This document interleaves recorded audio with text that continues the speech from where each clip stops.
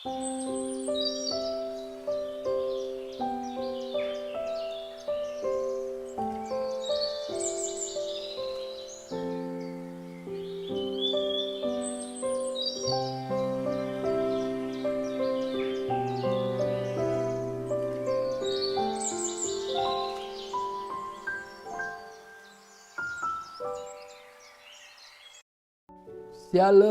saudaraku terkasih dalam Yesus Kristus. Jumpa lagi dalam Weekend with Yesus bersama saya, FX Satria Wirakusuma, pengajar Sekolah Evangelisasi Pribadi Keuskupan Surabaya. Hari ini kita akan merenungkan firman Tuhan dari Markus 2 ayat 17. Yesus datang untuk orang berdosa. Yesus mendengarnya dan berkata kepada mereka, "Bukan orang sehat yang memerlukan tabib, tetapi orang sakit. Aku datang bukan untuk memanggil orang benar, melainkan untuk orang berdosa." Dalam Injil Markus bab 2 ayat 16.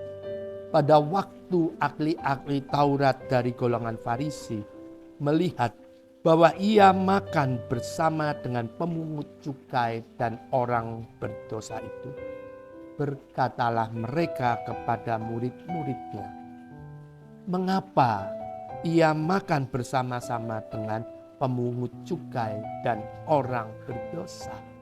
Mereka, ahli-ahli Taurat dari golongan Farisi, tidak senang melihat Yesus bersama dengan mereka pemungut cukai dan orang-orang berdosa yang tanpa penuh sukacita dan damai sejahtera. Mereka tidak suka melihat Tuhan Yesus duduk bersama banyak orang-orang yang berdosa. Karena memang banyak pemungut cukai dan orang berdosa yang hadir di rumah Lewi saat itu. Kembali Yesus mengatakan, "Aku datang bukan untuk memanggil orang benar, tetapi untuk orang berdosa." Firman Tuhan yang terekam dalam Injil Markus bab 2 ayat 17 mengatakan kepada kita, Yesus mendengarnya dan berkata kepada mereka, "Bukan orang sehat yang memerlukan tabib, tapi justru orang sakit. Aku datang bukan untuk memanggil orang benar, melainkan untuk orang berdosa." Ahli-ahli Taurat dan orang-orang Farisi adalah orang-orang yang berdiri paling depan menentang dirinya dan ajaran-ajaran kudusnya. Mereka adalah orang-orang yang selalu bersekongkol mencari kesalahan-kesalahan Yesus, agar mereka dapat menangkap dan membawa mengadilinya di mahkamah agama. Karenanya mereka tidak senang melihat Tuhan Yesus makan bersama dan bercakap-cakap dengan para pemungut cukai dan orang-orang yang berdosa. Itulah sebabnya maka Tuhan Yesus menyatakan kepada mereka bahwa bukan orang yang sehat memerlukan tabib. Sekali lagi, melainkan orang sakit. Ia juga berkata kepada dirinya, datang bukan memanggil orang benar, tetapi orang yang sakit. Yesus datang ke dunia untuk semua orang berdosa yang mau bertobat dan kembali ke dalam jalannya. Beribadah, berdoa, memuji, mengucap syukur, memuliakannya, serta melayani firman Tuhan. Pelajaran apa yang kita petik dalam firman hari ini? Kita harus mengakui bahwa semua pribadi kita tidak ada yang luput dalam dosa dan maut. Pada saat kita jatuh di dalam dosa, di dalam ketidakberdayaan kita, Tuhan Yesus adalah satu-satunya juru selamat kita yang mampu menolong dan membangkitkan kita dari dosa dan maut. Tentu kita semua percaya bahwa Yesus datang untuk menyembuhkan kita. Tuhan Yesus sebagai tabib yang ajaib. Tuhan Yesus tahu segala penderitaan kita. Pada saat Dia menyembuhkan, menghilangkan, mengangkat, menjauhkan kita dari segala sakit penyakit di dalam kehidupan kita. Supaya kita tidak jatuh di dalam dosa. Supaya kita tidak menerima beban-beban penderitaan di dalam hidup kita. Semua ini hanya ada satu, di dalam Yesus Kristus. Saya punya sahabat baik sejak kecil. Kami tumbuh bersama, tetapi dalam perjalanan hidup Ana, kita sebut nama Ana, bukan nama yang sebenarnya, masuk Kristen dan saya menjadi Katolik. Singkat cerita, pada saat dia dewasa, Ana menikah dengan seorang pria pilihannya sendiri. Dan pria ini ateis. Sangat memperhatikan, sangat mencinta, dan sangat melayani. Ana mencintai pria ateis ini. Meskipun keluarga, teman-temannya tidak ada satupun yang setuju. Tapi mereka melangsungkan pernikahannya. Cuek dengan segala teman, dengan segala sahabat maupun keluarga. Di dalam perkawinan mereka, Tuhan tidak mengaruniakan seorang anak pun juga kepada mereka. Dan mereka tidak pernah datang, tidak pernah hadir di dalam gereja. Mereka merupakan gereja yang dulu Ana sebagai pemain tamborin di gereja Kristen. Suatu ketika malang menimpa Ana. Pria ateis sebagai suaminya menderita sakit parah dan akhirnya meninggalkan Ana seorang diri di dalam kesendirian tanpa seorang anak. Di dalam kesendirian Ana seorang diri, Ana sangat kesepian. Dia tidak tahu apa yang harus dia buat. Teman sudah tidak ada. Kerabat sudah menjauh, sudah dijauhi, dan sudah tidak dia kenal.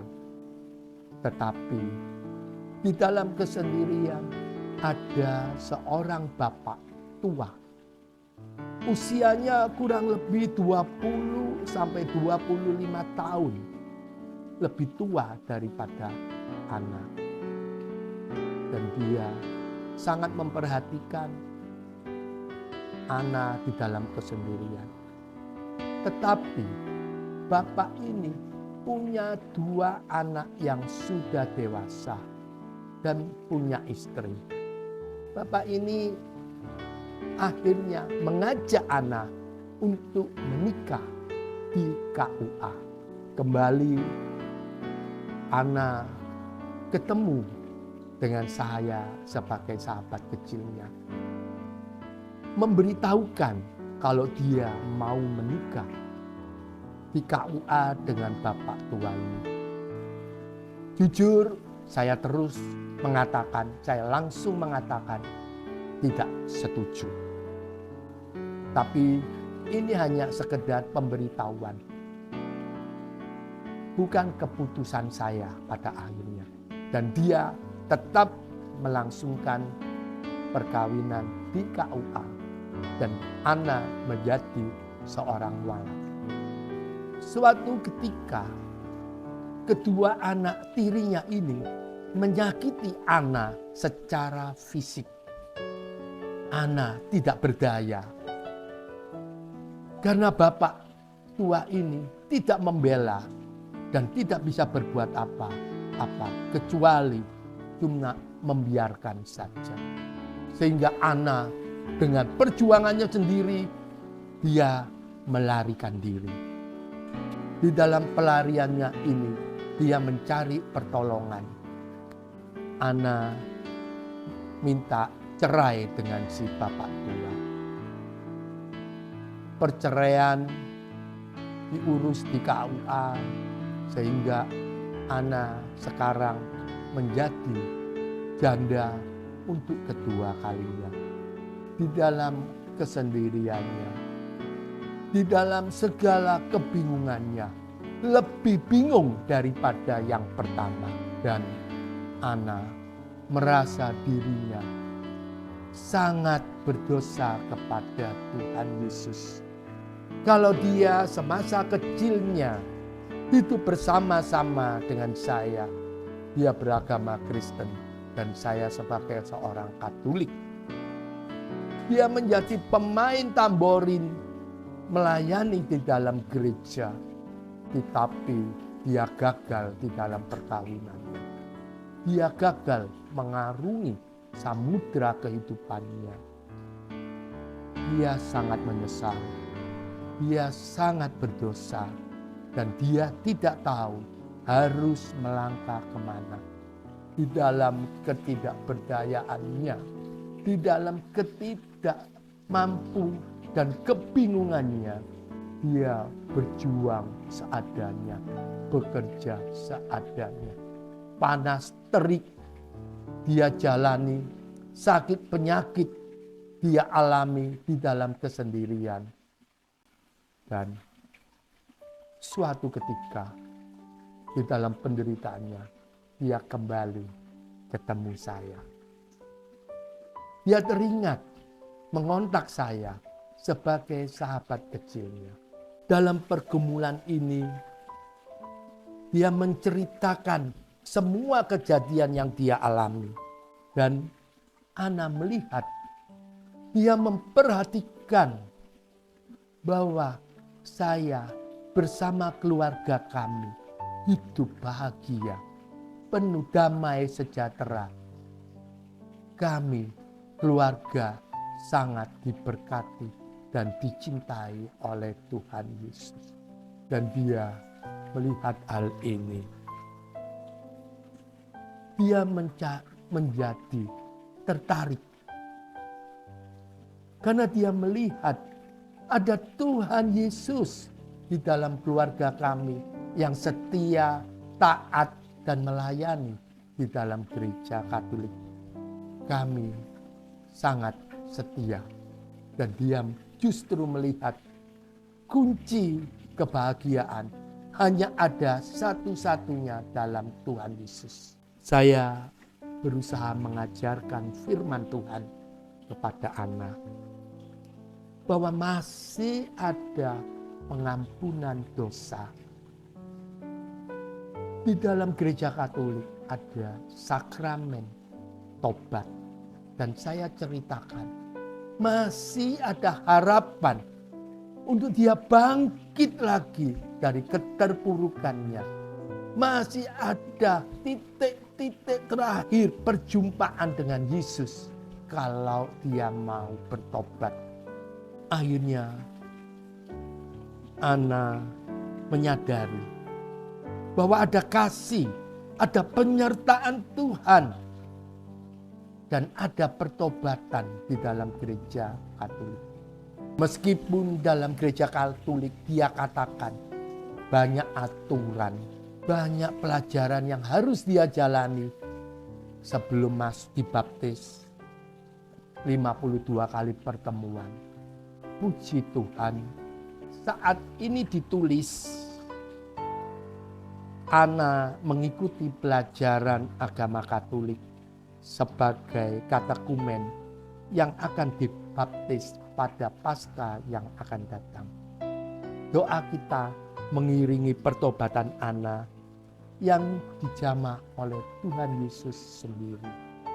Yesaya bab 1 ayat 18 mengatakan, sekalipun dosamu semerah kermisi akan menjadi putih seperti salju.